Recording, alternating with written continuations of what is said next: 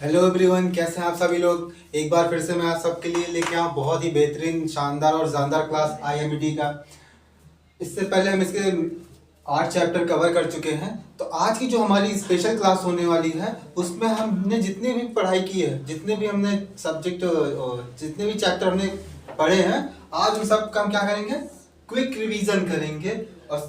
और हम इस क्लास में सिर्फ उन्हीं क्वेश्चंस को लेंगे जो इम्पोर्टेंट हैं एग्जाम के पर्पज से। ठीक है। और आप एक सब्जेक्ट, एक चैप्टर रह गया था, चैप्टर 9 मिसलेनियस है, तो उसमें से जो इम्पोर्टेंट क्वेश्चंस हैं तो मैं इसमें आपको वो कराऊंगा। ठीक है। ये हमारे करीब 25 से 30 क्वेश्चंस होंगे इम्पोर्टेंट, और वो सारे इम्पोर्टेंट क्वेश्चन आज हम क्विक रिवीजन करेंगे उनका। ठीक है, क्योंकि एग्जाम में ज़्यादा टाइम रह नहीं गया है। ठीक, तो आज सिर्फ हम क्वेश्चंस, जो हम क्वेश्चंस पढ़ेंगे उन पे डिस्कशन करेंगे और थोड़ा स्पीड से करेंगे। ठीक है। और एग्ज़ाम को बहुत कम समय बचा है, तो एग्ज़ाम को देखते हुए हम ये क्विक रिवीजन करेंगे और ज़्यादा किसी एक टॉपिक पे ज़रा टाइम नहीं वेस्ट करेंगे। ठीक, क्योंकि हमें कवर बहुत सारा करना है। ठीक है, चलो स्टार्ट करते हैं। हम पहले क्वेश्चन से क्वेश्चन लिखेंगे, उसके बाद इसके बारे में बताएंगे। ठीक, तो पहला क्वेश्चन हमारा, उद्यमिता की परिभाषा और इसकी आवश्यकता को बताइए। ठीक है, जो ये एग्जाम में आया हुआ क्वेश्चन है, सारे क्वेश्चन हम जो एग्जाम में आए हुए हैं आपके, दो चाहे वो पिछले 24 का हो, 23 का हो, 22 का हो या 21 का पेपर हो, सारे क्वेश्चन पेपर में सारे क्वेश्चन जो हम बताएंगे वो सारे आए हुए हैं। ठीक है, सबसे पहले हम उद्यमिता की परिभाषा क्या होता है। उद्यमिता एक प्रक्रिया है जिसमें व्यक्ति नए विचारों एवं नई परियोजनाओं के साथ किसी व्यवसाय को आरंभ करने की क्षमता रखता है। ठीक है, उद्यमिता क्या होती है, कोई व्यक्ति है, कोई पर्सन है जो नया बिजनेस स्टार्ट करना चाहता है, तो वो नए विचार और नई टेक्नोलॉजी का यूज करके नए व्यवसाय को आरंभ करने की क्षमता रखता है। ठीक है, उद्यमिता क्या होता है, डायरेक्टली हम कहें तो किसी व्यवसाय को आरंभ करना अपने विचारों या किसी परियोजना के साथ मिलके। ठीक है, क्लियर। ठीक, उद्यमिता यानी व्यवसाय को आरंभ करना, बस खत्म। ठीक है, अब इसकी आवश्यकता क्या क्या होती है, आप क्वेश्चन में आगे कि इसकी आवश्यकता को बताइए या इसकी आवश्यकता क्यों पड़ी। ठीक है, तो उद्यमिता की आवश्यकता के बारे में समझते हैं। ठीक है, कि आवश्यकता से क्या क्या हो सकती है उद्यमिता की आवश्यकता। सबसे पहला उद्यमिता की आवश्यकता, हम उद्यम मतलब कोई भी व्यवसाय स्थापित करते हैं, क्यों, पहला स्वरोजगार मिलता है हमें, स्वरोजगार मिलता है। स्वरोजगार मतलब हमें खुद स्वयं को रोजगार मिलता है। ठीक है, उद्योगों का विकास होता है, उद्योगों का विकास होता है। पहला स्वरोजगार मिलता है, दूसरा उद्योगों का विकास होता है, तीसरा देश की आर्थिक व्यवस्था का सुधार होता है, देश की आर्थिक व्यवस्था, अरे यार, देश की आर्थिक व्यवस्था का विकास होता है। ठीक है, देश की आर्थिक व्यवस्था का विकास होता है। ठीक, और चौथा क्या लिख सकते हैं, अगर हम कोई व्यवसाय स्थापित कर रहे हैं तो हमें तो रोजगार मिलेगा, उसके अलावा भी हम दूसरों को रोजगार दे सकते हैं, यानी रोजगार के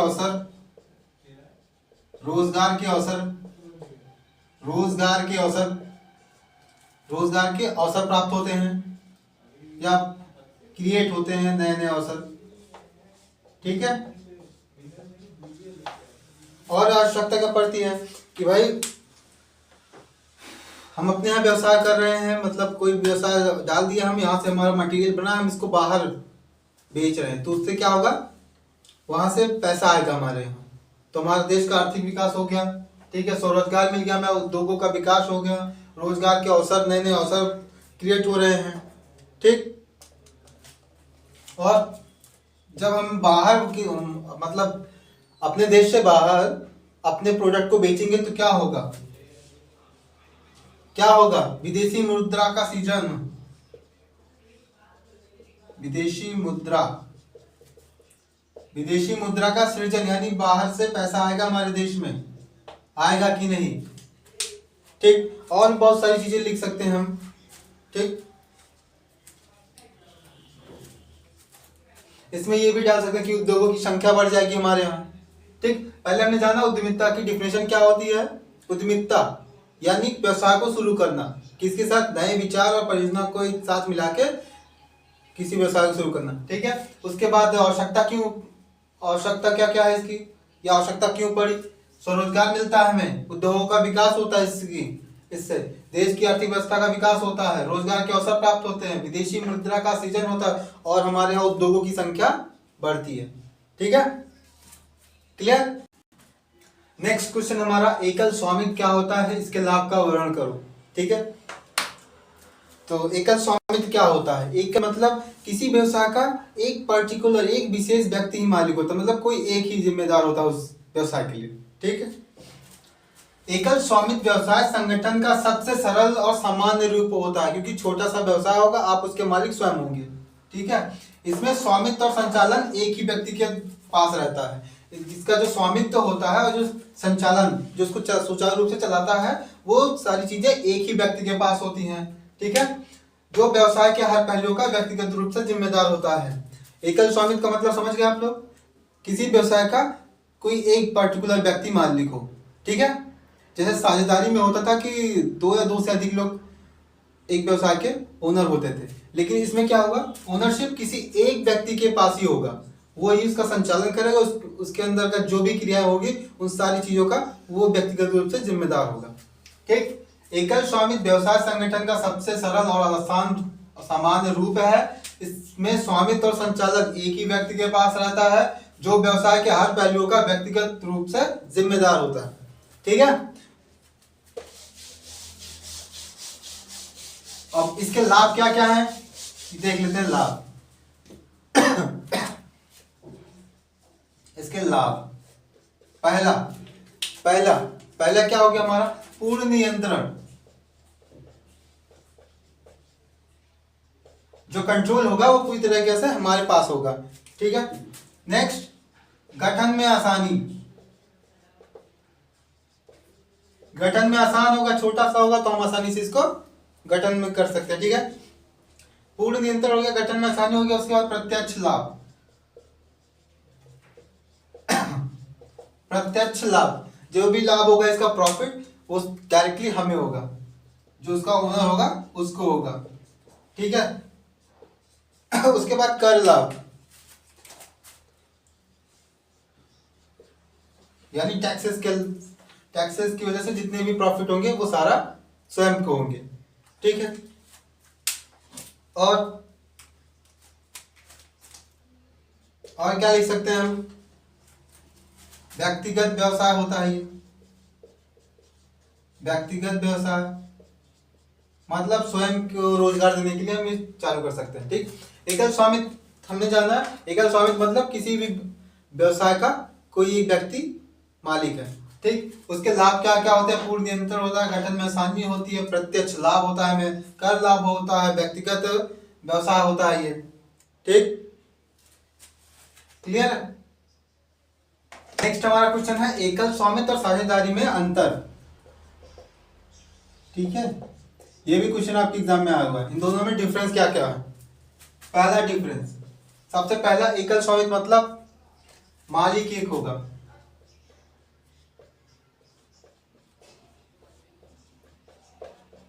एकल स्वामित्व मतलब एक ही व्यक्ति इसका मालिक होगा, ओनर। ठीक है, और साझेदारी में क्या होगा, दो या दो से अधिक होंगे, दो या दो से अधिक। ठीक है, पहला। दूसरा पॉइंट क्या हो सकता है, दूसरा पॉइंट क्या होगा,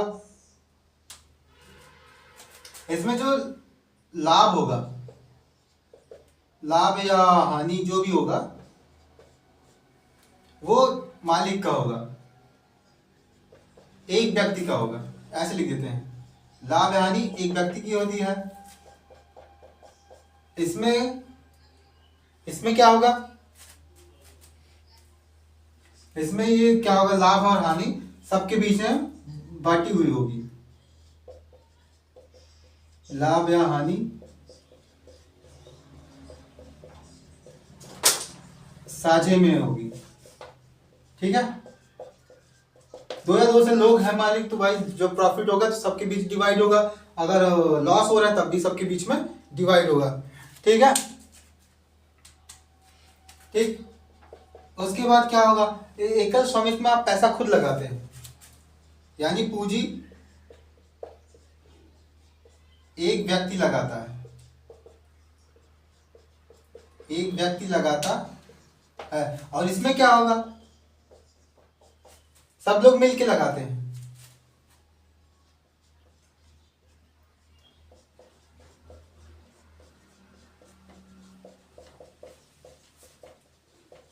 सब लोग मिलकर लगाते हैं। एकल स्वामित्व में पूंजी एक व्यक्ति लगाता है और इसमें सब लोग मिलके लगाते हैं, मतलब सब थोड़ा थोड़ा सा कंट्रीब्यूशन करते हैं इसमें। ठीक है, चौथा पॉइंट क्या लिखेंगे हम, इसमें क्या होगा असीमित दायित्व होता है, एक व्यक्ति के पास असीमित दायित्व, असीमित दायित्व। एकल स्वामित्व में एक व्यक्ति के पास असीमित दायित्व होगा, लेकिन इसमें असीमित दायित्व नहीं होगा, सारा चीज जितने भी काम होंगे सबके बीच डिवाइड होंगे। क्या लिख सकते हैं, असीमित दायित्व विभाजित होगा, है ना, बटा हुआ होगा।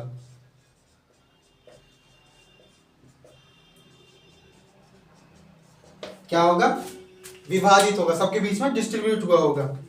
ठीक है, नेक्स्ट पॉइंट 5 नंबर, ये 5 नंबर का क्वेश्चन आता है, कम से कम 5 पॉइंट तो आपको लिखना ही लिखना है। जो इसमें अधिकार होता है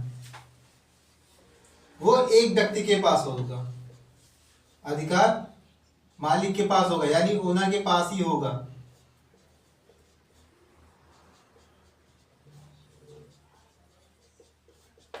और इसमें क्या है, साझेदारी में क्या होगा, सबके बीच में बटा हुआ होगा, मतलब सारी चीजें इसमें विभाजन होगी सबके बीच। इसमें क्या होगा, सामूहिक रूप से, सामूहिक रूप से निर्णय लिया जाता है, सामूहिक रूप से निर्णय लेंगे।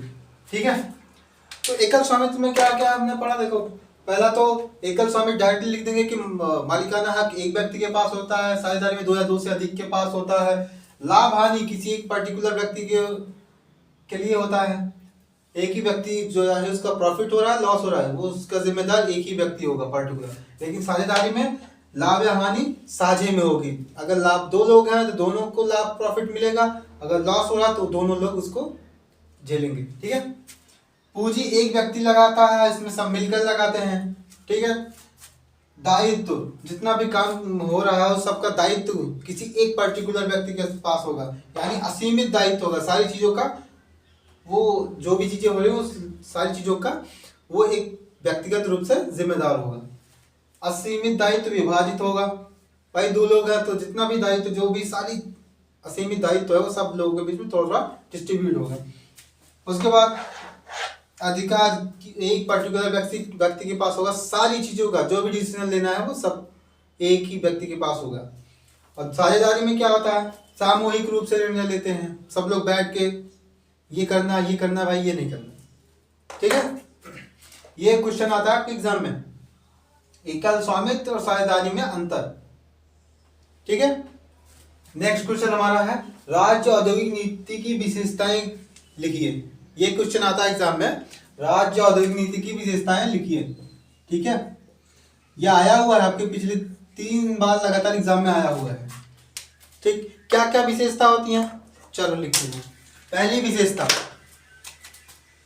पहली जो विशेषता होती है जो आर्थिक विकास होता है, आर्थिक विकास आर्थिक विकास कृषि एवं उद्योग। पहला, आर्थिक विकास कृषि एवं उद्योग समग्र वृद्धि पर आधारित होता है। ठीक है, पहला किस पे आधारित होता है? कृषि और उद्योग पर। सेकंड क्या होता है? सेकंड, राज्य की औद्योगिक नीति की विशेषताएं लिखिए। क्या क्या विशेषताएं होती हैं? सेकंड, श्रमिकों को वेतन मिलना चाहिए। पहला हमने लिखा कि ये किस पर आधारित होती हैं? कृषि और उद्योग के ऊपर आधारित होती है। ठीक है, वेतन मिलना चाहिए। पहला, वेतन मिलना चाहिए श्रमिकों को। सेकंड, बीमा पॉलिसी होनी चाहिए उनकी।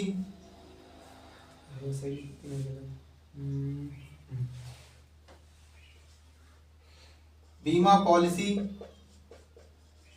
पॉलिसी की सुविधा होनी चाहिए।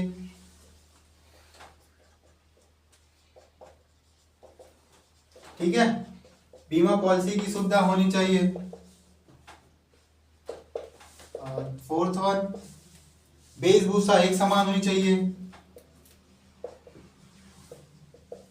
वेशभूषा एक समान होनी चाहिए।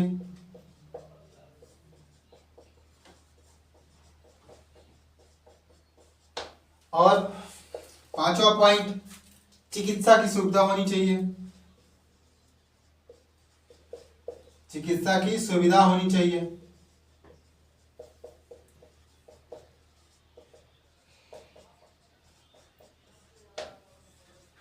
ये राज्य औद्योगिक नीति की विशेषताओं में है। ये किस पर आधारित होता है? आर्थिक विकास कृषि एवं उद्योग समग्र वृद्धि पर आधारित होता है।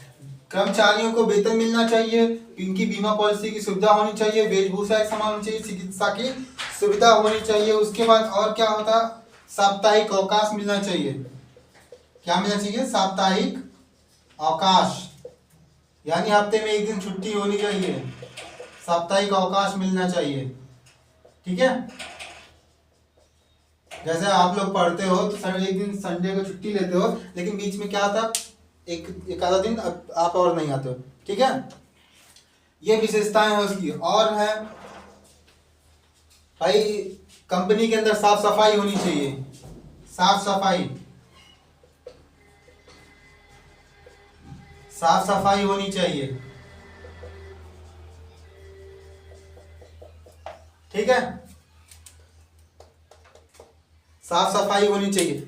ठीक है, पहला, वेतन मिलना चाहिए, बीमा पॉलिसी की सुविधा होनी चाहिए, वेशभूषा एक समान होनी चाहिए, चिकित्सा की सुविधा होनी चाहिए, साप्ताहिक अवकाश मिलना चाहिए, साफ सफाई होनी चाहिए।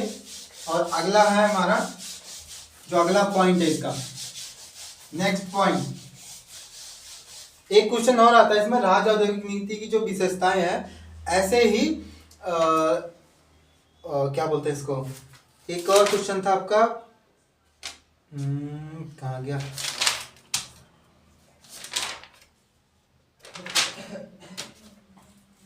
एक नेशनल लेवल औद्योगिक नीति की विशेषता थी, वो भी सेम ऐसी है। ठीक है, तो नेक्स्ट पॉइंट पे हम अपने आते हैं, ज्यादा इधर उधर भागेंगे नहीं। नेक्स्ट हमारा साथ 8वां नंबर था, 8वां था भाई कि पदोन्नति प्रमोशन होना चाहिए।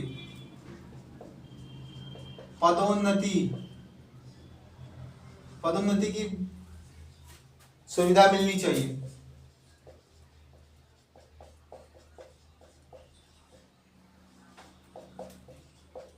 भाई आप कहीं भी काम करोगे, ऐसा तो है नहीं कि आप वर्कर की तरह गए लाइफ टाइम तक वर्कर की तरह वहां पे काम करते रहेंगे, नहीं ना।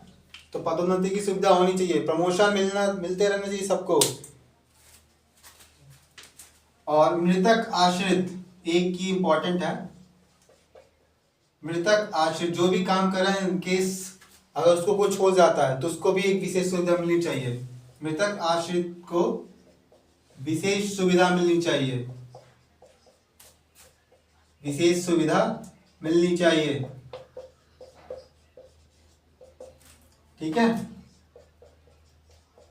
विशेष सुविधा मिलनी चाहिए। नेक्स्ट हम क्या लिख सकते हैं, एक और कैंटीन की सुविधा होनी चाहिए, कैंटीन की सुविधा होनी चाहिए, कैंटीन की सुविधा होनी चाहिए। और आगे क्या लिख सकते हैं हम?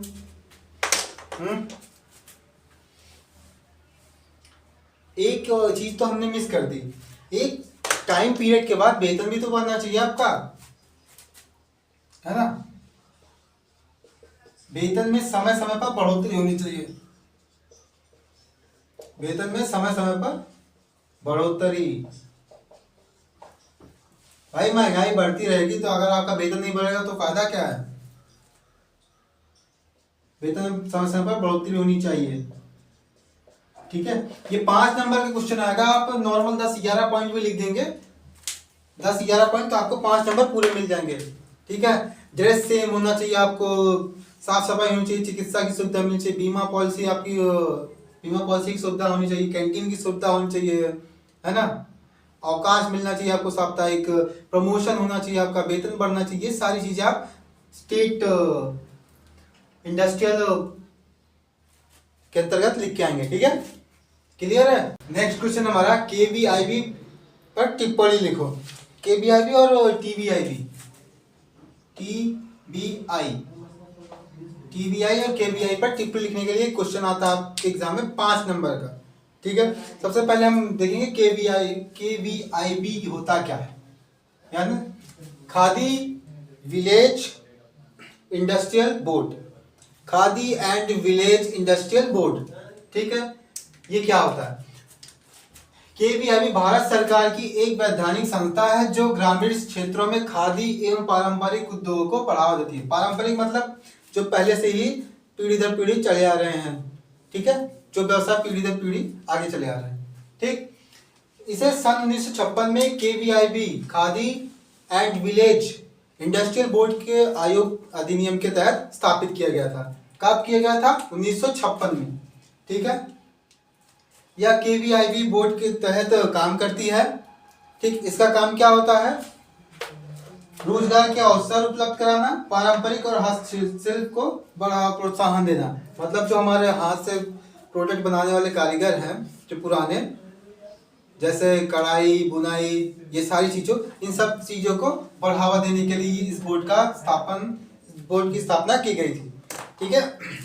तो केवीआई भारत सरकार की एक वैधानिक संस्था है, ठीक है, जो ग्रामीण क्षेत्रों में खादी और पारंपरिक उद्योगों को बढ़ावा देने के लिए स्थापित की गई थी, ठीक। इसे वर्ष 1956 में केवीआईबी बोर्ड आयोग अधिनियम के तहत स्थापित किया गया था, ठीक है। यह केवीआईबी बोर्ड के तहत काम करता है, रोजगार के अवसर उपलब्ध कराता है, ठीक, और पारंपरिक और हस्तशिल्प को प्रोत्साहन देता है, ठीक है। टिप्पणी नॉर्मल सा केवीआई बोर्ड होता क्या है उसके बारे में डिटेल में लिख देंगे कि उसका काम क्या है, क्या क्या करता है, कब स्थापना हुई थी, इससे क्या होता है, रोजगार मिलता है, बस खत्म, ठीक है। ये हो गया आपका KVIB board, Khadi and Village Industrial Board. एक इसी के साथ क्वेश्चन जो अटैच होके आता है वो आता है आपका टीवीआई, यानी टेक्नोलॉजी बिजनेस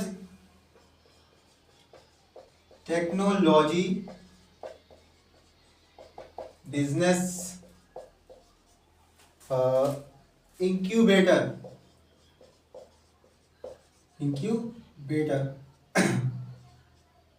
ठीक है। अब ये होता क्या है?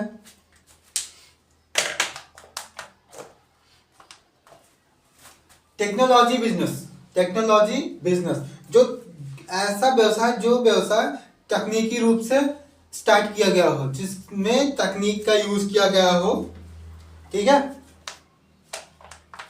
टीवीआईबी हम ऐसे लिखेंगे, इसको एग्जाम में जब आएगा तो लिखेंगे, पहला पॉइंट वाइज करके लिखिएगा। टीवीआईबी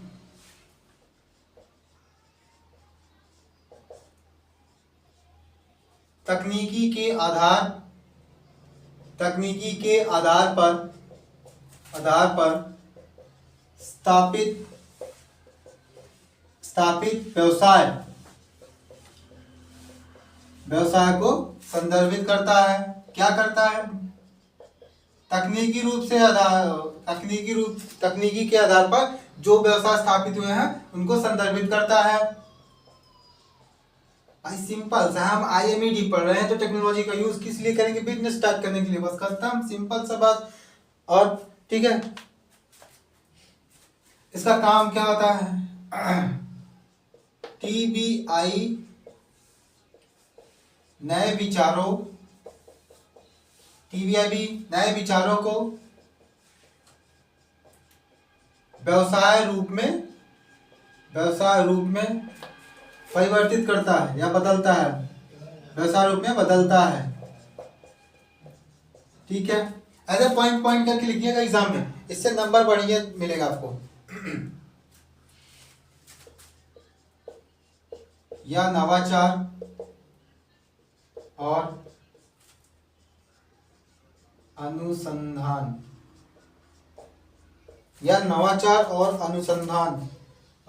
तकनीकी मतलब टेक्नोलॉजी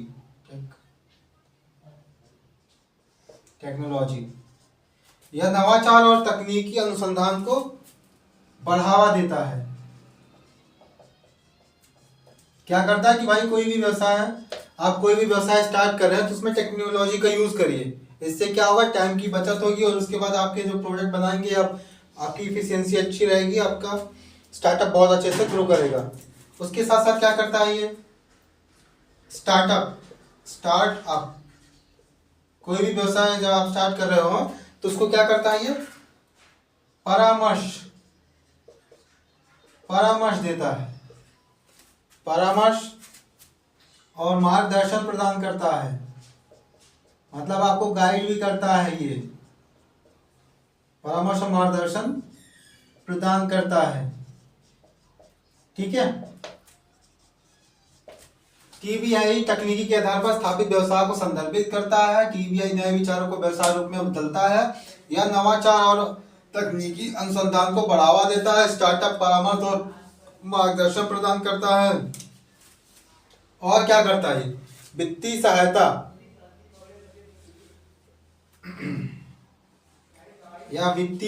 प्रदान करता है। वित्तीय सहायता मतलब समझते हो ना, फंड्स, पैसे। या वित्तीय सहायता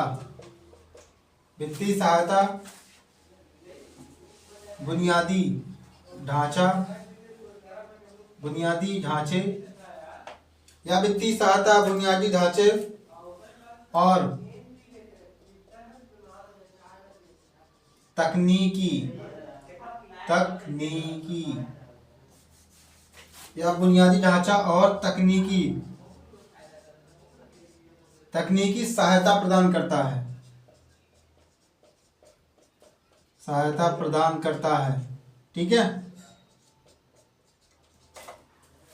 TBI तकनीकी के आधार पर स्थापित व्यवसाय को संदर्भित करता है। नए विचारों को व्यवसाय के रूप में बदलने में हमारी मदद करता है। नवाचार और तकनीकी अनुसंधान को बढ़ावा देता है। स्टार्टअप परामर्श और मार्गदर्शन प्रदान करता है। वित्तीय सहायता बुनियादी ढांचा और तकनीकी सहायता प्रदान करता है। भाई तकनीकी सहायता तो प्रदान ही करेगा। उसके अलावा क्या करता है? ये रोजगार के अवसर बनाता है, रोजगार के अवसर सृजित करता है। रोजगार के अवसर सृजित करता है या बनाता है, क्रिएट करता है। ठीक है, आप 5-6 पॉइंट लिख देंगे बस। TBI होता क्या है, ये काम क्या करता है, ठीक है, कैसे करता है, कैसे हेल्प करता है, ये सारी चीजें। ठीक, क्लियर है? 5 नंबर क्वेश्चन आएगा आपको। TBI और एवं KBI पर टिप्पणी लिखो। ठीक, नेक्स्ट क्वेश्चन आता है आपका, ये भी आया हुआ क्वेश्चन, सारे क्वेश्चन आए हुए हैं। फिर मार्केट सर्वे के प्रकार का उल्लेख करो कि मार्केट सर्वे के टाइप क्या क्या होते हैं और उनके टाइप्स के जितने भी टाइप्स हैं उन सबका उल्लेख करना है। पहला सर्वे क्या होता है हमारा? प्राइमरी सर्वे। नेक्स्ट द्वितीयक यानी सेकेंडरी, द्वितीयक सर्वे। थर्ड, अनुसंधान आधारित सर्वे, अनुसंधान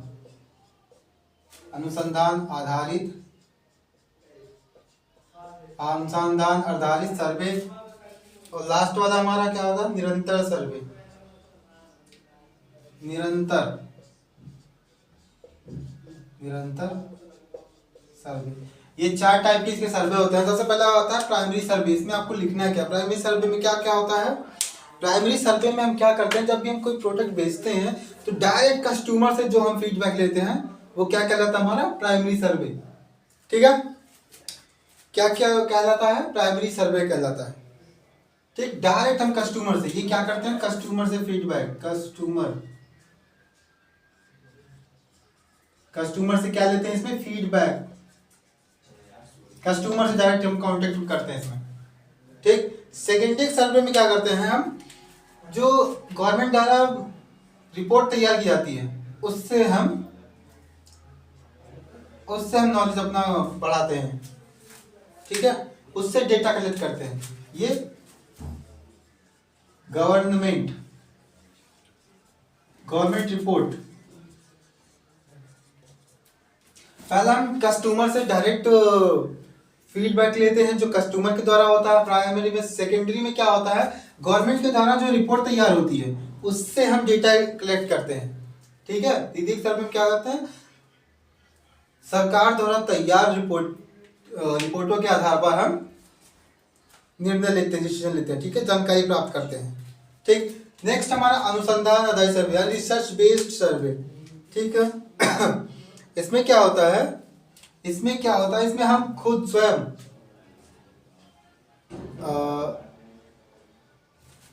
इसमें जो होता है, जो व्यावसायिक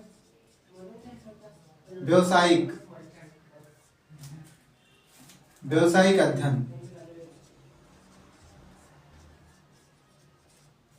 इसमें क्या करते हैं, अनुसंधान आधारित सर्वे में हम व्यावसायिक अध्ययन नियम के तहत या व्यावसायिक शोध नियम के तहत हम स्वयं डेटा कलेक्ट करते हैं। ठीक है, पहला हमने कस्टमर डायरेक्ट फीडबैक लिया। सेकेंडली क्या किया हमने, गवर्नमेंट द्वारा जो रिपोर्ट तैयार है वहां से जानकारी इकट्ठी की। उसके बाद थर्ड वन में हमने व्यवहारिक शोध जो नियम है उसके आधार पर हमने डेटा कलेक्ट किया स्वयं। ठीक है, निरंतर सर्वे, कंटिन्यूअस सर्वे, ये क्या होता है कि अपडेट करना।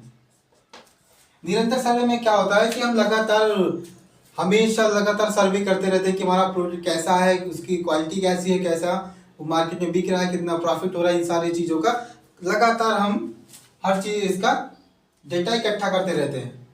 ठीक है, लगातार कंटिन्यूअस।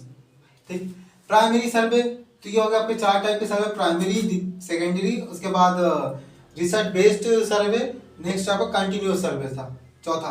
ठीक है, पहला हम कस्टमर डायरेक्ट फीडबैक लेते थे। थर्ड और सेकेंड वन में गवर्नमेंट रिपोर्ट के आधार पर डेटा कलेक्ट करते थे। फोर्थ वन में जो हमारा रिसर्च बेस्ड रूल थे उसके आधार पे हम डेटा कलेक्ट कर रहे थे।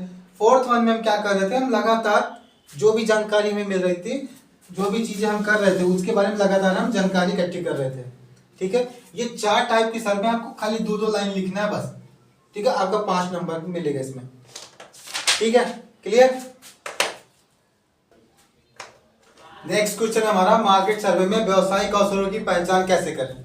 ठीक है, जो मार्केट सर्वे हम करते हैं उसमें कौन कौन से पॉइंट होते हैं जिसपे हम अपने व्यवसाय को आगे बढ़ा सकते हैं। ठीक है, पहला पॉइंट क्या हो सकता है, पहला पॉइंट होना चाहिए बाजार की समझ। हमें बाजार के बारे में नॉलेज होना चाहिए, बाजार की समझ। अगर हमें मार्केट का नॉलेज ही नहीं है कि भाई मार्केट कैसा है, हम जो प्रोडक्ट बना रहे हैं उसके लिए अनुकूल है या नहीं है। ठीक है, ये सारी चीजों की समझ होनी चाहिए। ठीक है, सेकंड क्या होना चाहिए हमारे, सेकंड पॉइंट क्या होगा जिसमें हम अपना अवसर तलाश कर सकते हैं। सेकंड वन हो सकता है कि बाजार में समस्या क्या है, प्रॉब्लम क्या है, किस चीज, कौन सी प्रोडक्ट है जो शॉर्टेज है। ठीक है, समस्या और जरूरत,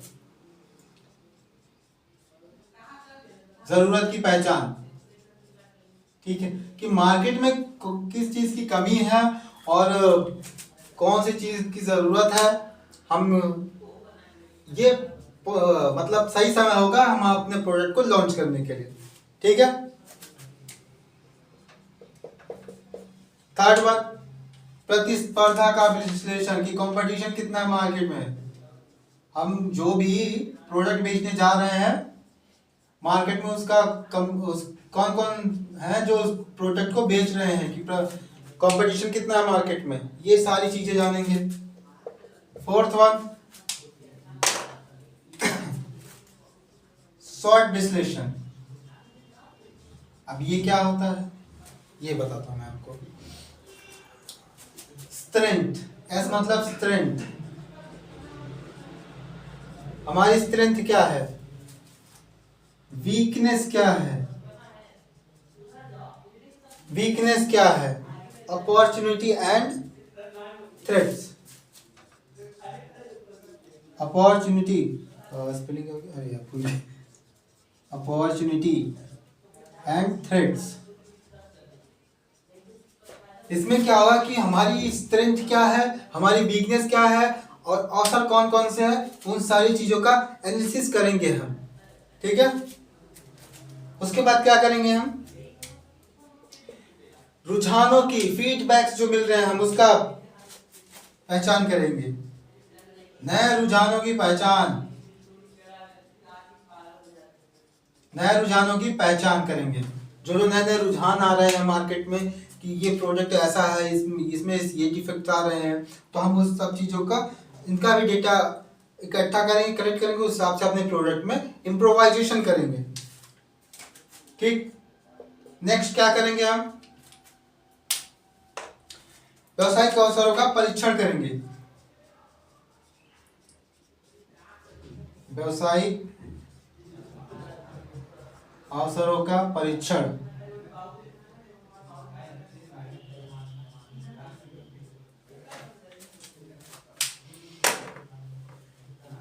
इसमें क्या करते हैं हम, जो भी प्रोडक्ट बनाते हैं सबसे पहले उसका एक छोटा सा प्रोटोटाइप बनाते हैं, ठीक है। या पायलट प्रोजेक्ट बनाकर चेक करते हैं कि वो मार्केट में हमारा चलेगा या नहीं करेगा। मतलब हम उसका जैसे एग्जांपल के तौर पे हमने कोई कार बना दी, ठीक है, सबसे पहले उसका एक छोटा सा प्रोटोटाइप बनाएंगे, उसको उसकी टेस्ट ड्राइव करेंगे कि भाई ये चलने लायक है या नहीं, ठीक है।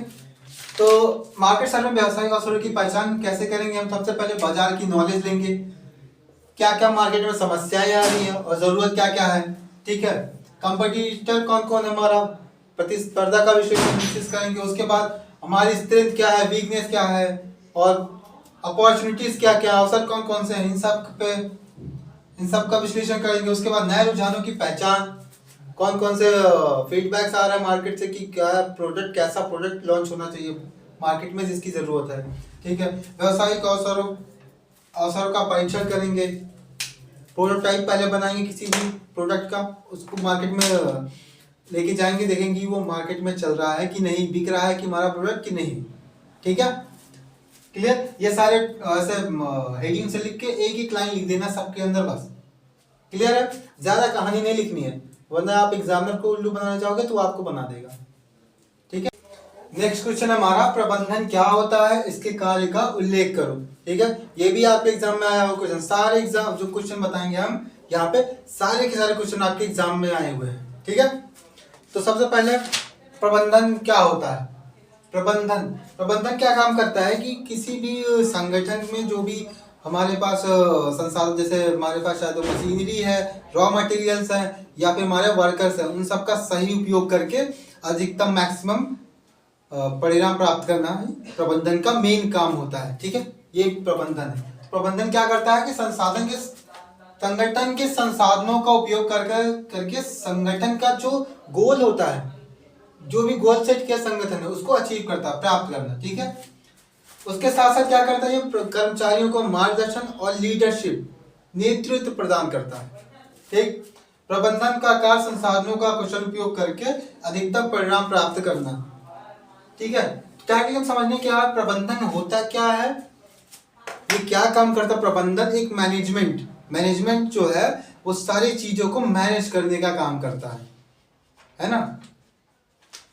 जो भी हमारे पास रिसोर्सेज हैं, जैसे हमारे श्रमिक हो गए, रॉ मटेरियल्स हो गए, हमारे मशीनरीज हो गए, इन सारी चीजों को वो मैनेज करता है और उन सभी चीजों का अच्छे से, उन सबको अच्छे से मार्गदर्शन करके, उनका अच्छे से नेतृत्व करके मैक्सिमम प्रॉफिट या मैक्सिमम परिणाम प्राप्त करता है।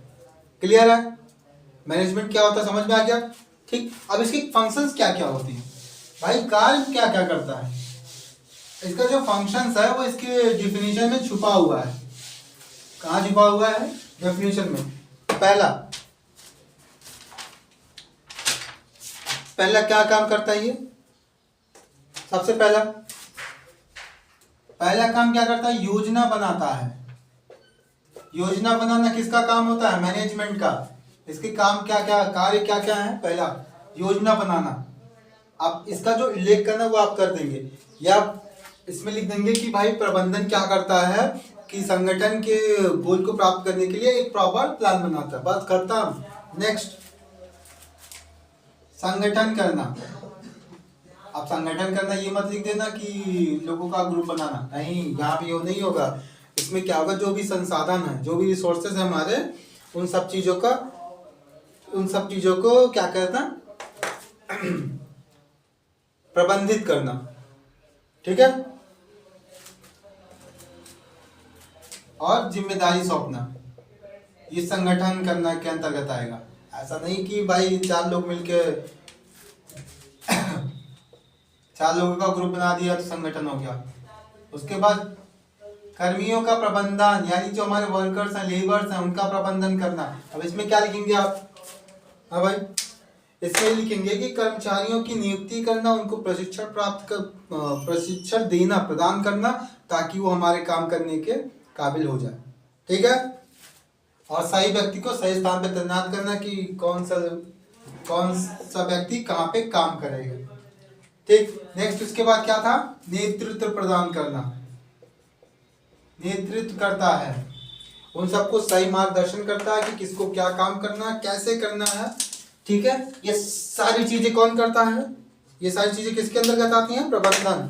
प्रबंधन का काम क्या क्या होता है? सबसे पहले प्लानिंग करना, संगठन बनाना, कर्मियों का प्रबंधन करना, लेबर्स को मैनेज करना, उसके बाद नेतृत्व करना, उन सबको लीडरशिप के द्वारा नेतृत्व करना।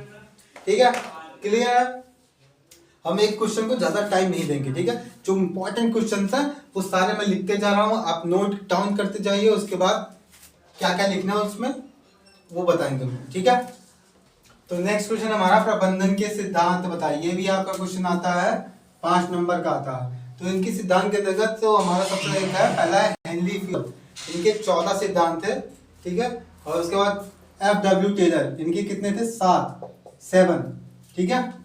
तो सबसे पहले हेनरी फील्ड के जो सिद्धांत थे, सबसे पहला था कि भाई कार्य विभाजन, जो भी हमारा वर्क है सब लोगों के बीच में बांट दो। उत्तरदायित्व, सबका अलग अलग उत्तरदायित्व तो होना चाहिए। ठीक। अनुशासन होना चाहिए, किसी भी प्रबंधन में अनुशासन की व्यवस्था होनी चाहिए। आदेश की एकता होनी चाहिए भाई, जो जैसे सुपरवाइजर किसी को बोल रहा है कि आपको ये काम करना है तो करना है, ऐसा नहीं कि वो कुछ दूसरा बोल रहा है सब दूसरा काम कर रहे हैं, नहीं। ठीक है? दिशा की एकता, एक जो भी निर्देश दिए गए हैं आप उसी डायरेक्शन में काम करेंगे, उसके अलावा नहीं। व्यक्तिगत हितों पर समान हितों की प्रधानता, कभी भी किसी भी प्रबंधन में जब आपको एफिशिएंसी इंप्रूव करनी है तो समान हितों से ज्यादा, मतलब स्वयं के हितों से ज्यादा सामान्य हितों पर प्रधानता देनी चाहिए। वेतन मिलना चाहिए, वेतन से ही आपकी इम्प्रूवमेंट होगी। केंद्रीकरण होना चाहिए, सारी चीजें श्रृंखला क्रम में होनी चाहिए। श्रद्धा होना चाहिए, न्याय, सबके साथ समान रूप से रहना चाहिए। स्थिरता, फ्लेक्सिबिलिटी होनी चाहिए प्रबंधन के अंतर्गत। पहल, इनिशिएटिव होनी चाहिए। सामूहिक भावना, सबके अंतर्गत सामूहिक एक टीम वर्क होना चाहिए। ऐसा नहीं कि कोई यहाँ काम कर रहा है, कोई यहाँ काम कर रहा है, कोई कह रहा है मैं इनके साथ नहीं काम करूँगा, कोई उनके साथ नहीं, ऐसा नहीं होना चाहिए। ठीक है? तो हेनरी फ्यूएल के 14 सिद्धांत दिए थे इन्होंने कि कार्य विभाजन, उत्तरदायित्व, अनुशासन, आदेश की एकता, दिशा की एकता, व्यक्तिगत हितों पर समान हितों की प्रधानता, वेतन, केंद्रीकरण, श्रृंखला क्रम, श्रद्धा, न्याय, स्थिरता, पहल और सामूहिक भावना। ये हेनरी फ्यूएल के 14 सिद्धांत थे। ठीक है, प्रबंधन के सिद्धांत अगर लिखने को आएगा तो आप ये लिखेंगे हेनरी फ्यूएल के 14 सिद्धांत, उसके बाद एफ.डब्ल्यू. टेलर के। ठीक है, इन्होंने क्या किया था, कार्य का अध्ययन। इन्होंने बोला था कि जो भी काम करने जाओ पहले उसके बारे में सीख लो, जानकारी इकट्ठा कर लो। समन्वय और सहयोग, आपस में भाईचारे की भावना होनी चाहिए, उसके बाद एक दूसरे का सहयोग करो। कर्मचारियों के विकास पे ध्यान देना चाहिए। जो श्रमिक हैं, श्रमिकों के बीच समानता की भावना होनी चाहिए। जो भी काम है उन सब का जिम्मेदारी का विभाजन होना चाहिए। ठीक है, समय और गति का अध्ययन, मतलब कि कोई भी प्रोडक्ट बनाने के लिए अगर आपको इतना स्पेशली टाइम दिया गया है तो उसमें उस काम को कंप्लीट करना है। ठीक है, प्रोत्साहन योजना, और उनको मोटिवेट करते रहना चाहिए, हमेशा प्रोत्साहित करते रहना चाहिए काम के लिए। ठीक है, तो ये आपका क्वेश्चन नंबर 8 जो हो गया, इंपॉर्टेंट है। क्या क्वेश्चन था, प्रबंधन के सिद्धांत बताइए। तो इसमें कौन कौन से सिद्धांत, हेनरी फ्यूएल और एफ.डब्ल्यू. टेलर। ठीक है, क्लियर। नेक्स्ट क्वेश्चन जो आपके एग्जाम में आया हुआ था, लाइन या रैखिक संगठन क्या होता है, इसके लाभ क्या क्या होता है, इसके प्रॉफिट क्या क्या है, ये बताइए। ठीक है, लाइन या रैखिक संगठन में सबसे पहले होता क्या है कि भाई जब भी कोई आदेश देते हैं, जो भी डिसीजन लेना होता है, जो ऑर्डर होता है वो ऊपर से नीचे ऐसे एक सीधी लाइन में चलता है। ठीक है, मैनेजर, उसके बाद फोरमैन, सुपरवाइजर, फिर उसके बाद वर्कर, ऐसे चलता है, एक सीधी रेखा में चलता है। ठीक है, इसे क्या बोलते हैं, लाइन संगठन, लाइन या रैखिक संगठन। वह संरचना जिसमें आदेश एक सीधी रेखा में शीर्ष से निम्न की ओर, मतलब अपर से लोअर की ओर प्रवाहित होते हैं। यह संगठन की सबसे सरल और पुरानी इकाई है, मतलब बहुत इजीली होता है। एक सीधी रेखा में आएगा तो बहुत इजी होगा, भाई ऐसा टेढ़े मेढ़े तो नहीं आ रहा ना, पहले यहाँ मेरे पास आया, फिर मैंने किसी और को पास किया, फिर वो जाके घूम के कहीं और देखा है। इसमें आदेश अधिकार एक रेखी श्रृंखला में प्रवाहित होते हैं। रैखिक क्या होता है, रेखा क्या होती है, सीधी। सबसे पहले आदेश यहाँ से हुआ मैनेजर से, उसके बाद फोरमैन के पास आया, सुपरवाइजर के पास आया, फिर लेबर के पास आया, ऐसे एक सीधी लाइन में चलता है ऑर्डर, आदेश। ठीक है, अब इसके लाभ क्या क्या होते हैं, मतलब समझना है कि होता क्या है। जो भी आदेश होते हैं वो हमारे एक सीधी रेखा में, एक श्रृंखला क्रम में चलते हैं, सीधी एक सीधी में। अब इसके लाभ क्या क्या होते हैं, जब हम ये लाइन रैखिक संगठन का यूज करते हैं किसी व्यवसाय में तो उसका प्रॉफिट तो होगा ही ना कुछ। लाभ क्या, सबसे पहला क्या लाभ होता है इसका, ये बहुत ही सरल होता है, सरलता, बहुत ही सरलता से हमारा काम हो जाता है। नेक्स्ट, स्पष्ट उत्तरदायी, सबका उत्तरदायित्व फिक्स होता है, स्पष्ट होता है कि किसको क्या करना है, किसको कितना करना है, क्या देखना है। ठीक है, उसके बाद क्या होता है, तो डिसीजन मेकिंग होता है वो बहुत तेजी से होता है, तेजी से निर्णय लेते हैं हम, जो डिसीजन लेते हैं वो बहुत ही स्पीड से लेते हैं। ठीक है, और उसके साथ साथ क्या होता है, अनुशासन, डिसिप्लिन बहुत अच्छा रहता है, डिसिप्लिन मेंटेन रहता है। ठीक है, ये सारी चीजें लिखेंगे आप, सरलता हेडिंग डालेंगे लाभ में, उसके बाद लिखेंगे यह सरल और व्यवस्थित स्वरूप है, स्पष्ट उत्तरदायित्व होता है सबका, डिसीजन लेने में आसानी होती है, बहुत तेजी से डिसीजन ले सकते हैं, अनुशासन व्यवस्था बनी रहती है। ठीक है, डिसिप्लिन बना रहता है। इसके बाद कम लागत आती है, इसमें जो कास्ट होती है वो कम होती है। क्लियर है, ठीक है, बहुत छोटा छोटा है, नॉर्मल सा बता रहा हूँ, लिखने में आपको आसानी होगी और समझने में आसानी होगी। ठीक है, नेक्स्ट क्वेश्चन हमारा, नेतृत्व क्या है, इसकी आवश्यकता क्यों पड़ी। ठीक है, लीडरशिप, नेतृत्व यानी लीडरशिप क्या होता है, लीडरशिप क्या होता है, इसकी आवश्यकता हमें क्यों पड़ी। सबसे नेतृत्व वह प्रक्रिया है जिसमें नेता अपने अनुयायियों को मार्गदर्शन, प्रेरणा और सहयोग प्रदान करके उन्हें संगठन के उद्देश्यों को प्राप्त करने में सक्षम बनाता है। जैसे आपके टीचर आपको पढ़ाते हैं, उसके बाद आपको मोटिवेट करते हैं और एक दिशा निर्देश देते हैं, आपको गाइडेंस देते हैं कि एग्जाम की तैयारी कैसे करनी है, कैसे नहीं करनी है। ठीक है, सेम उसी प्रकार के, यह वह क्षमता है जिसमें एक व्यक्ति अन्य लोगों को अपने विचारों से प्रेरित करके लक्ष्य की प्राप्ति की दिशा में संगठित करता है। आपका जो गोल है इस वक्त क्या है, वो एग्जाम देना, एग्जाम में अच्छे नंबर लाना।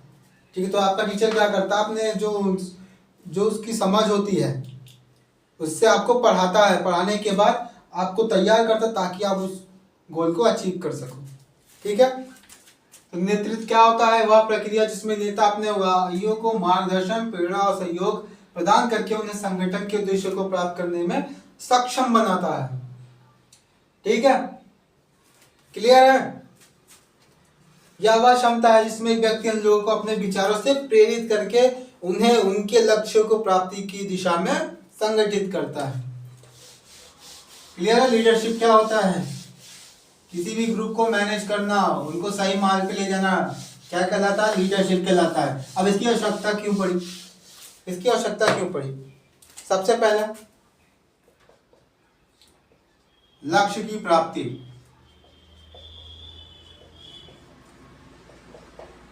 पहले लिख लेते हैं, उसके बाद पहले लक्ष्य की प्राप्ति, उसके बाद क्या करता है? टीम वर्क को बढ़ावा देना, टीम वर्क को बढ़ावा देना। थर्ड वन, निर्णय लेने में आसानी,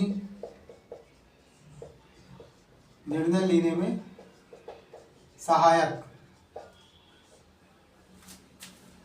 ठीक है, अब नेतृत्व की आवश्यकता क्यों पड़ी? कि लक्ष्य की प्राप्ति, हमें जो भी गोल है हमारा, उसको प्राप्त करने के लिए हमें इसकी आवश्यकता पड़ती है। कैसे पड़ती है? देखें, किसी भी गोल को प्राप्त करने के लिए हमें एक रूल, अनुशासन, डिसिप्लिन की आवश्यकता होती है कि कैसे वर्क करना है। जैसे हमें पढ़ाई करनी है, मैथ का कोई क्वेश्चन हमें लगाना है, अब हमें पता है कि लगाना है, लेकिन हमें यह नहीं पता कैसे लगाना है। तो उस वक्त हमारा लीडर, हमारे लीडरशिप में, हम किसकी लीडरशिप में वो सवाल लगाएंगे? अपने टीचर के। ठीक, तो हमारा गोल क्या है? अभी एग्जाम के हमारा गोल है कि एग्जाम में अच्छा परफॉर्म करना है। तो उसके लिए आपका टीचर क्या करेगा? आपको अच्छे से प्रिपेयर करेगा, आपके गोल को प्राप्त करने के लिए आपको अच्छे से तैयार करेगा। ठीक, नेक्स्ट, टीम वर्क को बढ़ावा देगा। आईएमडी पढ़ा तो ऑब्वियसली इसमें बात होगी कि टीम वर्क को बढ़ावा देना, ताकि हमारा जो एफिशिएंसी है, प्रोडक्ट ज़्यादा से ज़्यादा बने। ठीक है, एक अच्छा नेता क्या करता है कि टीम वर्क को बढ़ावा कैसे देता है? उनको मोटिवेट करता है, उनके काम के प्रति उनको मोटिवेट करता है, जिससे उनका मनोबल बढ़ता है और एक दूसरे को साथ लाके आपस में सामंजस्य, सहयोग की भावना प्रोड्यूस करता है, ताकि वो टीम वर्क को बढ़ावा दे और साथ मिलकर काम कर सके। ठीक है, अब इससे क्या होता है? निर्णय लेने में सहायक होता है। कैसे? मनोबल आपका बढ़ जाता है। ठीक है, समस्या समाधान आसानी से हो जाता है, जिससे डिसीजन मेकिंग बहुत ही आपकी आसान हो जाती है। ठीक, तो इसकी आवश्यकता क्यों पड़ी? लक्ष्य की प्राप्ति के लिए, टीम वर्क को बढ़ावा देने के लिए, और नेक्स्ट निर्णय लेने में, डिसीजन मेकिंग में, ताकि आसानी हो सके। ठीक है, क्लियर? क्वेश्चन है हमारा क्वेश्चन नंबर 11, कंपनी के महान नेताओं की केस स्टडी करिए, उनको लिखिए। ठीक है, ये भी क्वेश्चन आता है आपके एग्जाम में, 5 नंबर का पूछ जाता है। तो इसमें आप क्या करेंगे? ये क्वेश्चन तो आपको खुद से पढ़ना है, ये आपके क्वेश्चन खुद से पढ़ना है। ठीक है, सबसे पहले आप पढ़ लेना रतन टाटा का, स्टीव जॉब्स का, महिंद्रा। ठीक है, और 2-3 महान लीडर्स का, जैसे उनका क्या, हमारे जो प्रधानमंत्री थे उनका, जितने भी ग्रेट लीडर मिले, 1-2 लोग का आप केस स्टडी पढ़ लीजिएगा बस। ठीक है, जिन्होंने बिजनेस को बनाया है, नॉर्मल का नहीं, जिन्होंने बिजनेस बनाया, प्रधानमंत्री नहीं चलेगा। जैसे रतन टाटा सर ने क्या किया? टाटा कंपनी क्या बहुत सारी चीज़ें, कार बना ली, उसके बाद इनकी 1mg दवाई डिलीवर हो रही, बहुत सारी चीज़ें हैं।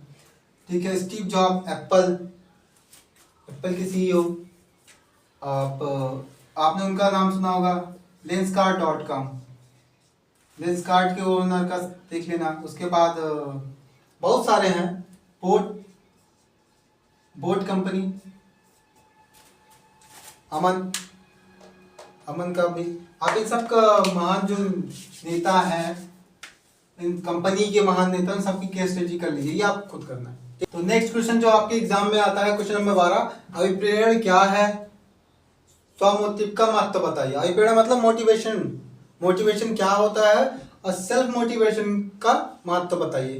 ठीक है, सबसे पहले मोटिवेशन क्या होता है भाई? अपने विचारों से किसी दूसरे व्यक्ति को मोटिवेट करना ताकि वो अपने लक्ष्य को प्राप्त करने में सक्षम हो जाए। बस खत्म। अभिप्रेरण एक ऐसी प्रक्रिया है जिसके द्वारा व्यक्ति को किसी लक्ष्य को प्राप्त करने के लिए प्रेरित किया जाता है, उकसाया जाता है, उसको मोटिवेट किया जाता है ताकि उसके अंदर ऊर्जा का संचार हो, वो अपने गोल को अचीव कर सके। ठीक है, ज्यादा कुछ खाली समझना है बस। आज खाली आप लोग समझिए, क्वेश्चन नोट डाउन करते जाइए जो जो क्वेश्चन लिखे जा रहे हैं कि कौन कौन से क्वेश्चन आपके एग्जाम में आते हैं। अभिप्रेरण क्या है? यह एक ऐसी प्रक्रिया होती है जिसके द्वारा किसी व्यक्ति को उसके लक्ष्य के लिए मोटिवेट किया जाता है, प्रेरित किया जाता है। ठीक, खत्म। अब स्वमोटिव का महत्व क्या होता है? स्वमोटिव का महत्व, स्वमोटिव का महत्व। ठीक है, स्वमोटिव होता क्या होता है? स्वमोटिव क्या होता है? स्वयं से मोटिवेट होना, जो अपने आप से मोटिवेट होता है, स्वयं से मोटिवेट होना ही स्वमोटिव कहलाता है। ठीक है, अब इसका महत्व क्या क्या होता है? पहला, आत्मप्रेरण। आत्मप्रेरणा मतलब स्वयं से मोटिवेट होना। आत्मप्रेरणा स्वयं के द्वारा जो मोटिवेशन मिलती है हमें, वही क्या होती है? हमारी स्वमोटिव होती है। पहला क्या हो गया? लक्ष्य की प्राप्ति, लक्ष्य की ओर मार्गदर्शन। सॉरी, लक्ष्य की ओर मार्गदर्शन, लक्ष्य की प्राप्ति नहीं होता, मार्गदर्शन। पहला लक्ष्य की ओर मार्गदर्शन होता है। सेकंड क्या होता है? इससे हमारा आत्मविश्वास बढ़ता है। अगर हमें स्वयं मोटिवेट नहीं है हम, तो कोई कितना ही मोटिवेट करे हमें उससे कोई फर्क नहीं पड़ता। वो 2 मिनट के लिए होगा, उसके अलावा फिर वो खत्म हो जाएगा। हम पहले जैसे थे वैसे हो जाएंगे। आत्मविश्वास बढ़ता है। स्व मोटिवेशन से क्या होता है? लक्ष्य की ओर मार्गदर्शन हमको मिलता है, उसके बाद आत्मविश्वास मिलता है। थर्ड, नेक्स्ट क्या होता है? इससे धैर्य, हमारी धैर्य बढ़ती है। फोर्थ वन, निरंतरता।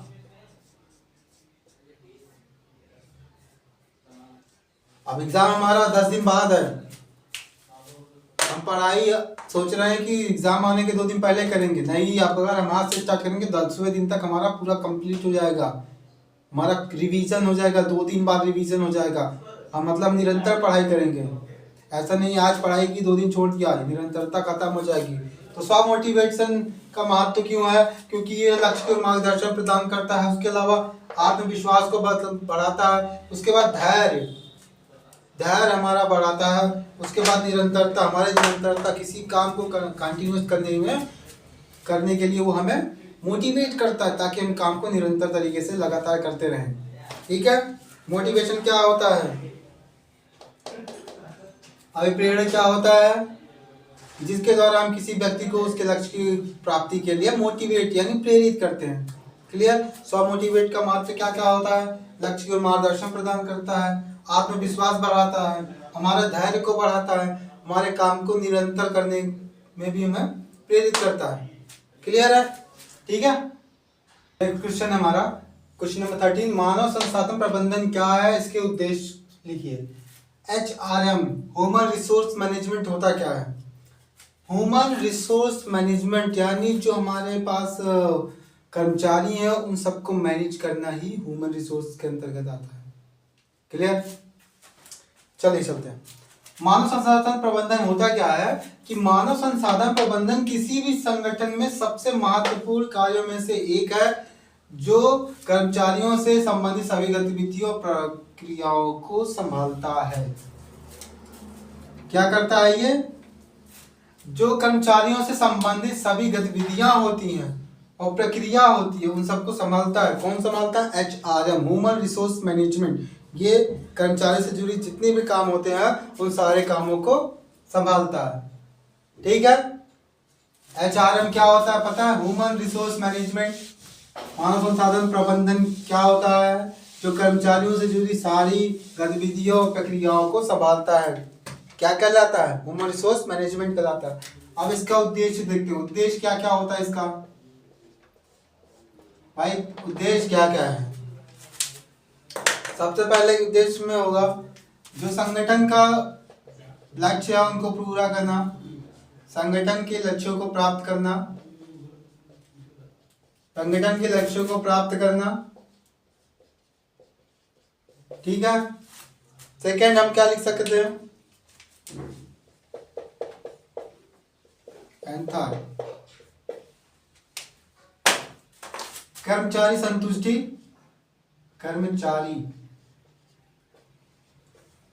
कर्मचारियों की संतुष्टि और उनकी भलाई सुनिश्चित करना, उनकी भलाई सुनिश्चित करना।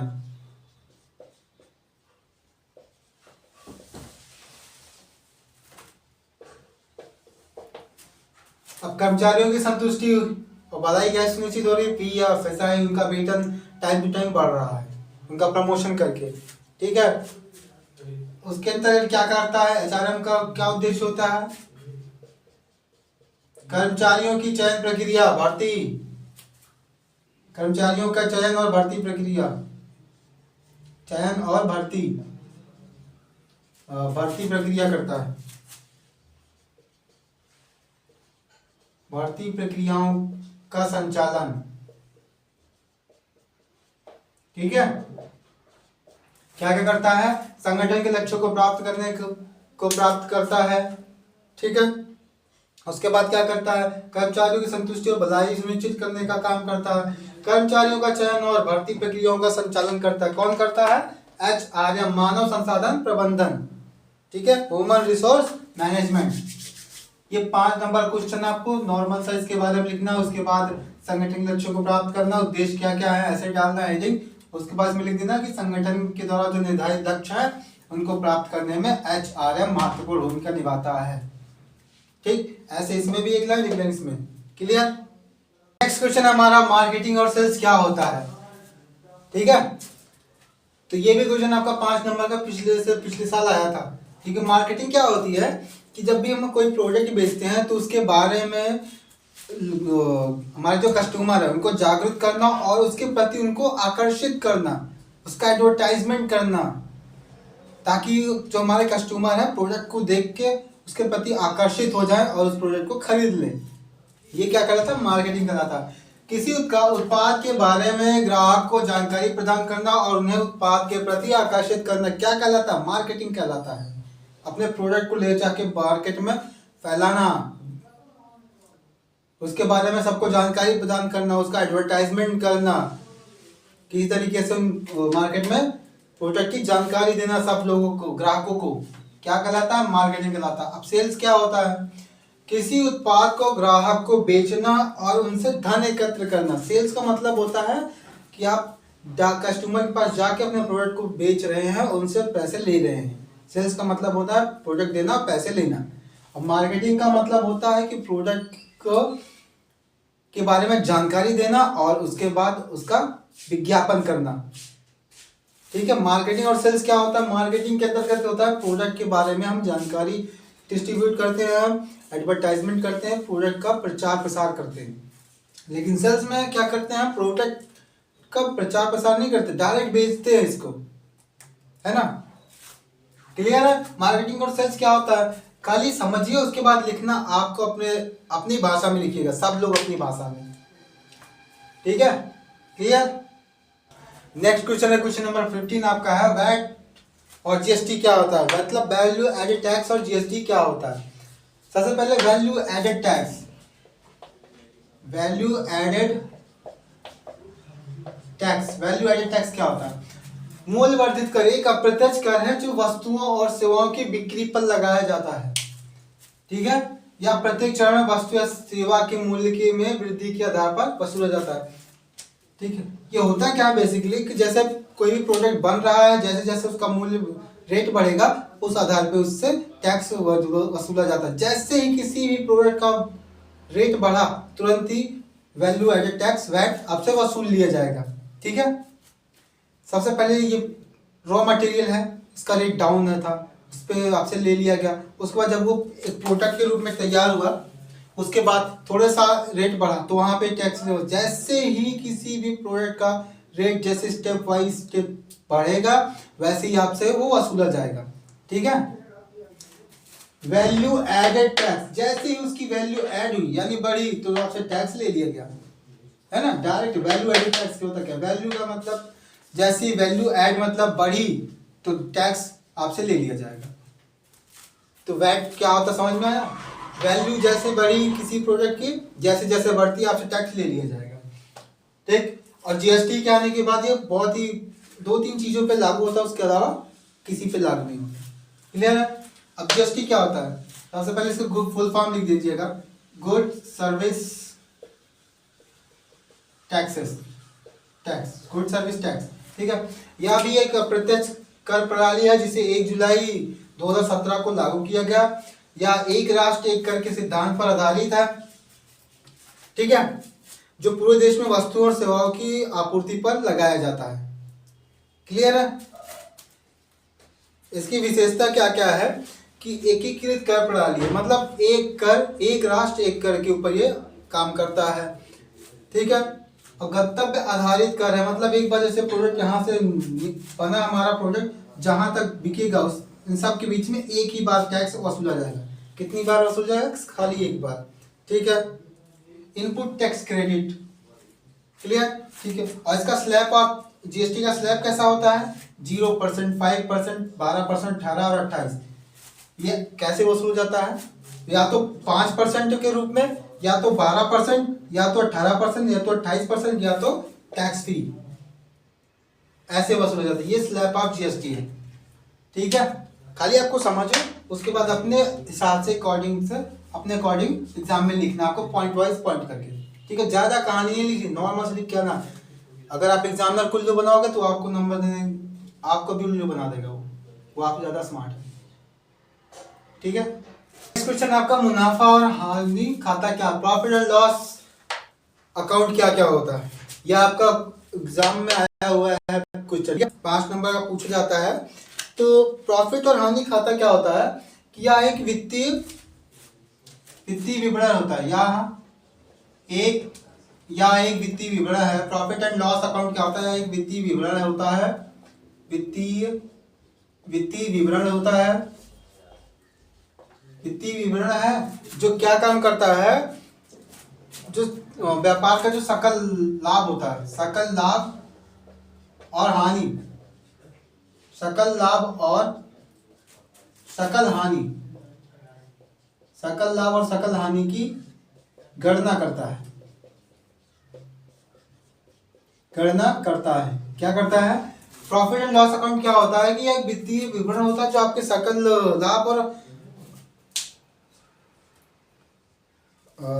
लाभ और सकल हानि की गणना करता है। ठीक है। इसका मेन काम क्या होता है कि जो आपके अप्रत्यक्ष खर्चे होते हैं, जैसे पानी का खर्चा हो गया, बिजली का हो गया, पार्टियां हो रही है, मतलब अनर्गल खर्चे जो होते हैं आपके, बिजली का तो चलो उसमें नहीं आएगा, जो अप्रत्यक्ष खर्चे होते हैं और जो अप्रत्यक्ष आय होता है, अप्रत्यक्ष आय मतलब जैसे आपने कोई प्रोडक्ट आप बिल बना के बेच रहे हो। ठीक है। आप बिल बना के बेच रहे हो और कोई कुछ ऐसा प्रोडक्ट होगा जिसको आप बिना बिल के भी बेच रहे हो, है ना। तो उसका जो लेखा जोखा है वो आपके पास स्टोर नहीं होता। तो ऐसे अप्रत्यक्ष आय को दर्शाता है। मुनाफा और प्रॉफिट एंड लॉस अकाउंट क्या होता है कि यह एक वित्तीय विवरण होता है जो आपके सकल लाभ और सकल हानि की गणना करता है। ठीक है। और आपके जो अप्रत्यक्ष खर्चे होते हैं और अप्रत्यक्ष लाभ होता है, सबको दर्शाता है। इसका उद्देश्य क्या क्या होता है, इसका उद्देश्य क्या होता है। सबसे पहला उद्देश्य ये होता है इसका, जो आपके प्रत्यक्ष खर्चे अप्रत्यक्ष हानि हो उनको लाभ, उनकी गणना करना। पहला उद्देश्य क्या होता है, अप्रत्यक्ष खर्चे और लाभ की गणना करना। पहला क्या होता है? अप्रत्यक्ष लाभ, खर्चे और लाभ की गणना करना पहला काम ये करता है। ठीक है। व्यवसाय की सही स्थिति का विश्लेषण प्रदान करता है। व्यवसाय की सही स्थिति, व्यवसाय की सही स्थिति का विश्लेषण देता है कि आपका व्यवसाय कैसे चल रहा है, कैसे नहीं चल रहा है, कहाँ पे लॉस हो रहा है, कहाँ पे हानि हो रहा है, प्रॉफिट हो रहा है आपका। ठीक है। और फ्यूचर में आपके लिए डिसीजन, फ्यूचर में निर्णय और डिसीजन लेने, निर्णय और रणनीति बनाने में आपकी सहायता करता है।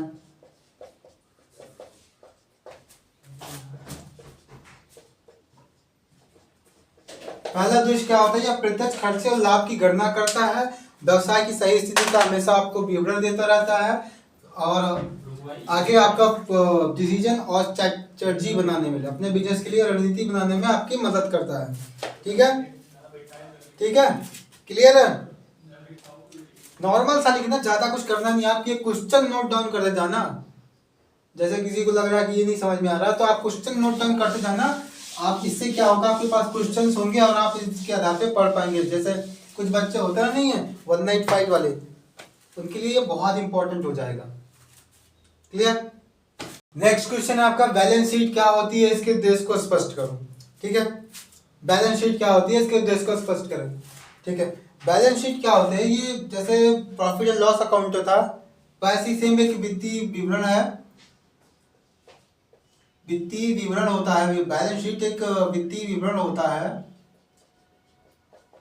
ये क्या काम करता है कि भाई व्यापार कंपनी, चाहे व्यापार है या कोई कंपनी है, व्यापार या कंपनी की सही स्थिति का विवरण प्रदान करती है।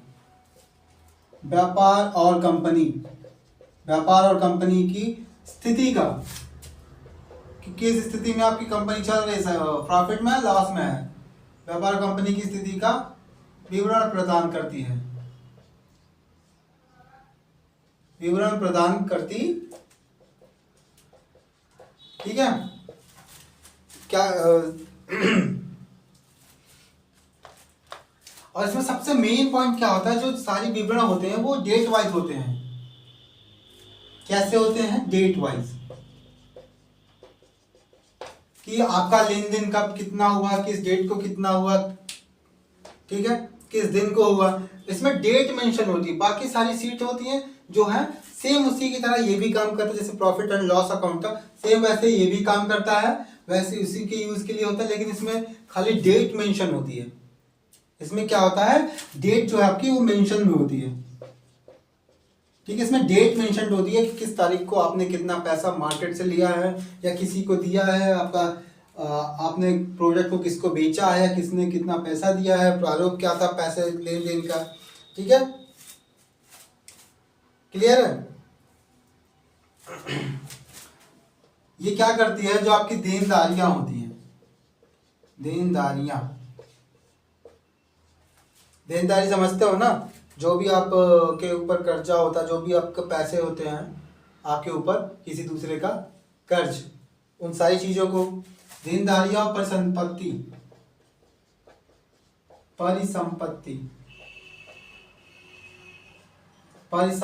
को संतुलित रूप से प्रस्तुत करता है।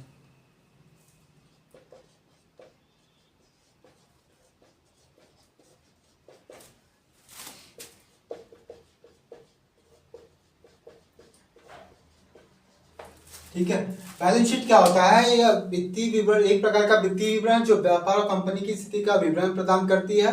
और इसमें सबसे बढ़िया चीज क्या होती है कि इसमें डेट मेंशन हो रही है, देनदारियों पर संपत्ति को संतुलित रूप से प्रस्तुत करती है।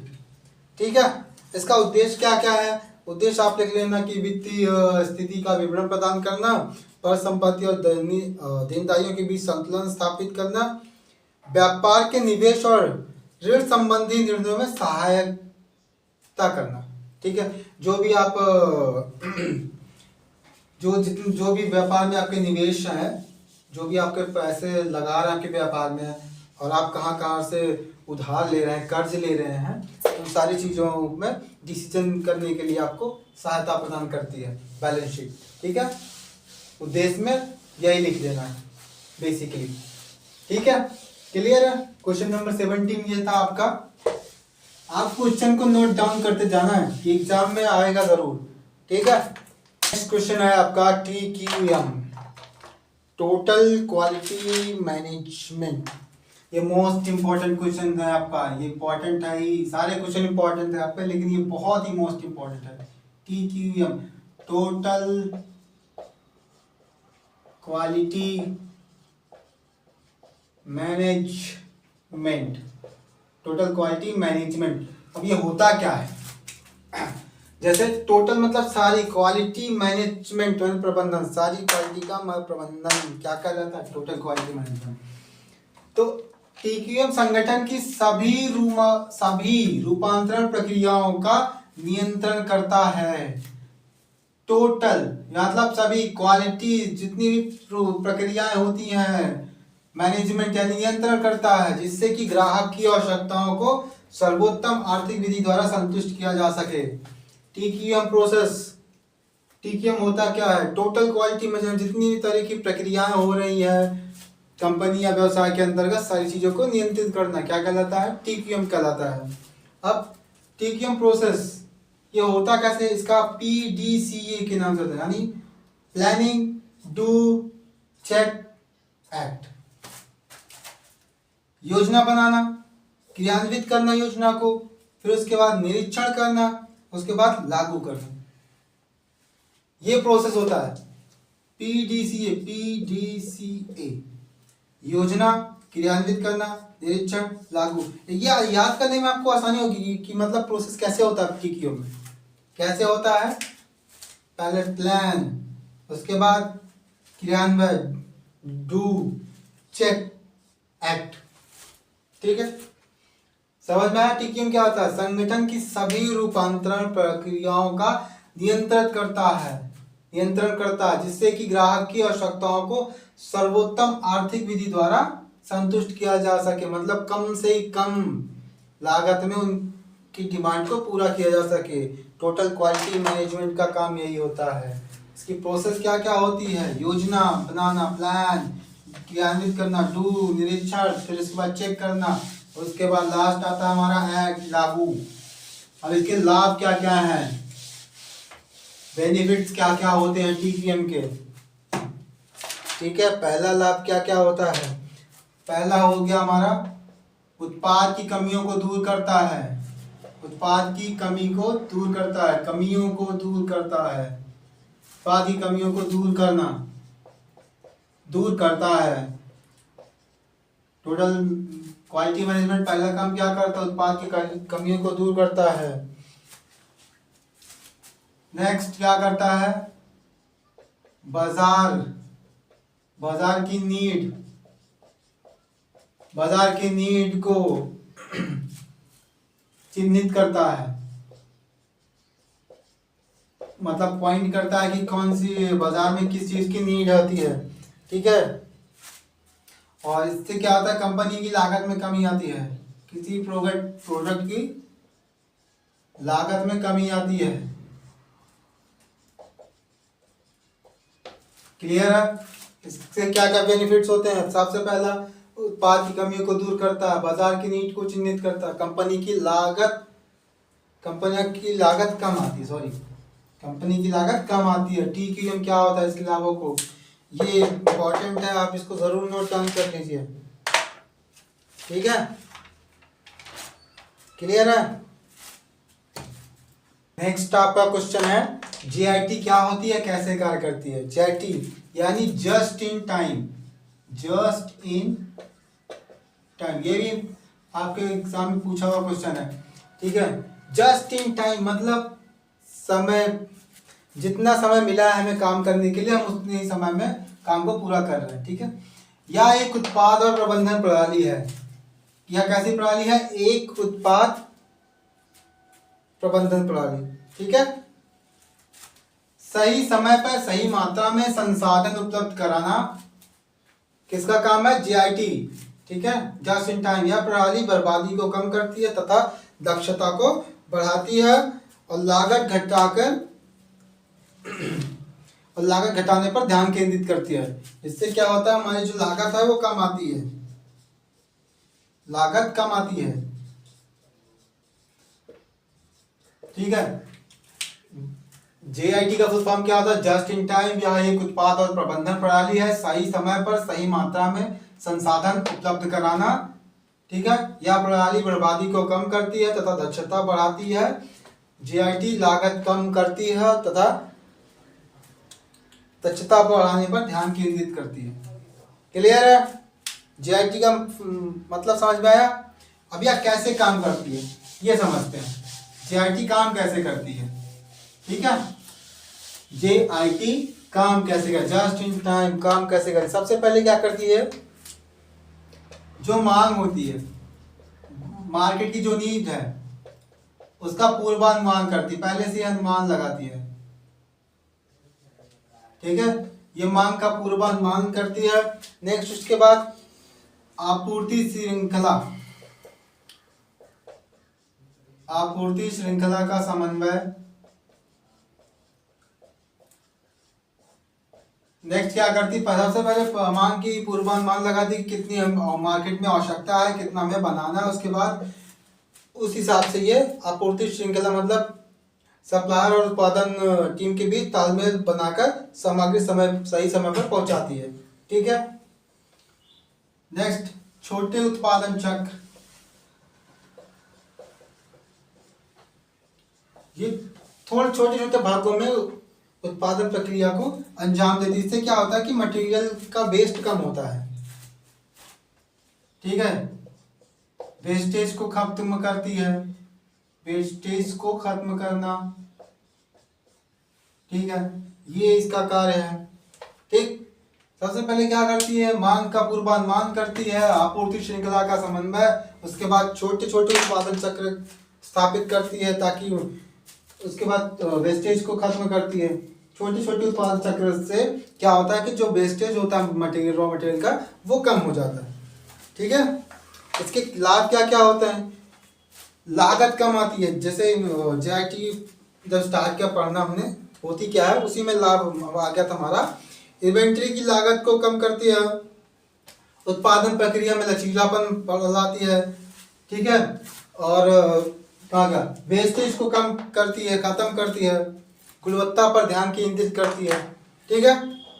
The focus is and quality. Clear है? ठीक है। एक एग्जांपल है, एग्जांपल के तौर पर जैसे डोमिनोज पिज्जा देखा आपने? पिज्जा तो बहुत खाते होगे, आधे लोग के तो मुंह में पानी आ रहा होगा। पिज्जा जब ऑर्डर करते हो आपका एक टाइम लिमिट होता है, उस टाइम लिमिट में वो आपको लाके दे देते हैं, जस्ट इन टाइम। और एक और एग्जांपल जैसे टोयोटा कंपनी, आपने देखा होगा। टोयोटा कंपनी बहुत ही बढ़िया कंपनी है। ये इसका सबसे बढ़िया चीज़ क्या है इससे सीखने वाली, कि इसको जितने ज़रूरत होती है, जब ज़रूरत होती है, ये उतना रॉ मटेरियल मंगा के काम स्टार्ट करती है, बस। उसके अलावा एक्स्ट्रा माल अपने पास नहीं रखती। क्लियर है? तो ये आपके कुछ क्वेश्चंस हैं, इनको आपको खुद करना है। ठीक है। पहला है ABC विश्लेषण EOQ के बारे में टिप्पणी लिखनी है। क्लियर? उसके बाद सामग्री प्रबंधन क्या होता है, इसके प्रकार का वर्णन करना है। कॉपीराइट क्या है, इसे संबंधित उल्लंघन को बताइए। ये आप हमेशा देखते होंगे कॉपीराइट, जब भी आप कोई संगीत, कला, साहित्य, इन सब के क्षेत्र में ये कॉपीराइट आता है। जैसे आप कोई वीडियो डाल रहे हैं, जैसे अगर पहले से ही कहीं पढ़ा हुआ होगा वो, तो फटाक से आपके उस पर कॉपीराइट आ जाता है। ये आपको स्वयं पढ़ना है। व्यावसायिक संगठन की परिभाषा एवं इसको प्रभावित करने वाले कारक को लिखना है। मोटिवेशन मैंने बता दिया, इसके 5 सिद्धांत हैं, इन कौन कौन से हैं ये लिखना है, इनका वर्णन करना है। ठीक है। पेटेंट क्या है, इससे संबंधित लोगों को समझे। पेटेंट बेसिकली जैसे कोई नया प्रोडक्ट या कोई नई मशीन आपने बनाई है, तो उसका जो डिज़ाइन होता है उसको परमानेंटली एक, मतलब जैसे आप कोई ज़मीन लेते हो तो उसमें लिखा हुआ होता है और आपका सिग्नेचर होता है कि वो आपका ये कंफर्म हो जाता है सरकारी तौर पे। ऐसे ही किसी डिज़ाइन को अपने नाम करवाना, मतलब कंफर्म करवाना कि इसके अलावा कोई और बना नहीं सकता, वो डिज़ाइन क्या कहलाता है, पेटेंट कहलाता। तो ये आपको पढ़ना है, ठीक है। ये 6 क्वेश्चन था। तो आपके 25 क्वेश्चन का जो मोस्ट इम्पोर्टेंट था वो मैंने आपको बता दिया है। सारे क्वेश्चन भी साथ के साथ लिख दिए थे, आप सारा क्वेश्चन भी लिख लेना। और ये आपके एग्जाम के लिए बहुत इंपॉर्टेंट है। और प्रोडक्शन मैनेजमेंट का जो इम्पोर्टेंट क्वेश्चन थे, कैसे 25 क्वेश्चन है, वो उसका PDF मैंने आपको टेलीग्राम चैनल, व्हाट्सएप चैनल हमारे मैकपॉली पे, और इसके अलावा